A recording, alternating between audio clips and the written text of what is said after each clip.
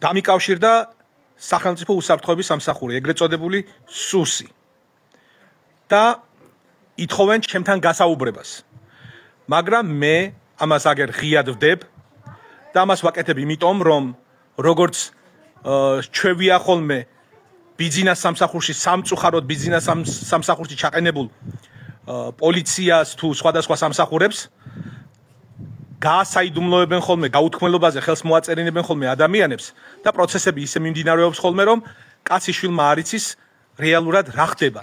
მე არ ვფიქრობ, რომ ანგარიშვალდებული ვარ ბიზნეს სამსახურში ჩამდგარ რომელიმე სამსახურთან, ან კიდევ რა მაქვს საერთო იმ ადამიანებთან, რომლებმაც უკვე არ დაიწყეს გამოძიება შალვა პაპუაშვილის, ირაკლი ყობახიძის, დინარაძისა და ყაველაშვილის მიმართ. მათ მიერ გაკეთებული განცხადება, სადაც ისინი ამბობენ, რომ 7-ში ჩვენ დავბომბეთ სამაჩაბლო და მერე შემოვიდა 8-ში რუსეთი. და ვთქვათ და დაიმახსოვრეთ ეს.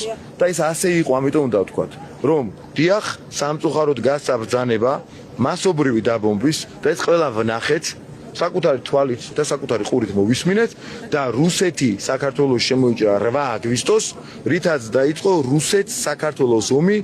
ეს არის ანტისახელმწიფოებრივი განცხადება და აი ამაზე უნდა იყოს აღძრული სისხლის სამართლის საქმე და მიმდინარეობდეს გამოძიება.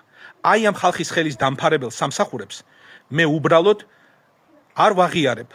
უბრალოდ მე ამათი არ მჯერა და შესაბამისად არ ვაპირებ არავისთან კონტაქტზე გასვლას.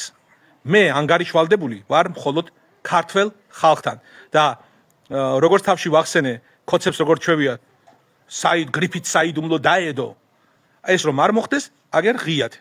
ასე რომ დასამალი არაფერი არ არის. ეს ყველაფერი ძალიან კარგად ვიცით რისთვის არის და საიდკენ არის მიმართული.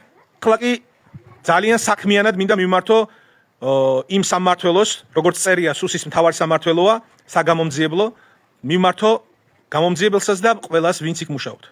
ახლავე აქედანვე აღძარით საქმე იმ ხალხზე, იმ ადამიანებზე, იმ ჯგუფზე და იმ პოლიციელზე თუ სამართალდამცავზე თუ ვინც არ უნდა იყოს, ვინც 2013 წელს გამოააშკარავა ის საიდუმლო საცავი შეიარაღებისა, რომელიც ყველა ნორმალურ ქვეყანას, ყველა სუვერენულ ქვეყანას ფორს-მაჟორული სიტუაციისთვის აქვს დაკონსერვებული და შენახული.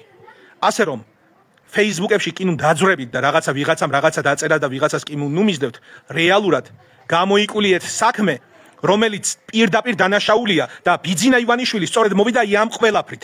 ხრათვის რაფალიანცის სიკვდილით და გამოგონილი სახელმწიფო დანაშაულით, რომელიც იმ დროინდელ სამხედრო მოსამსახურეებს მოგვაწერეს რეალურად, ხო? თქვენ რამსები გაქვთ, შვილო, არეული. გაერკვიეთ, რა არის პრიორიტეტი.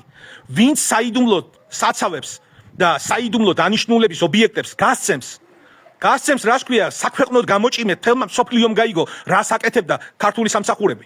დღეს ომსაც ჩვენ გვაბრალით. მეტი რა დარჩა, ვინც იმ პერიოდში სამხედროები ვიყავით და ვინც იმ პერიოდში ვარსებობდით, სამართალდამცავები ვინც იყვნენ და ვიყავით. რაღა დაგვრჩა.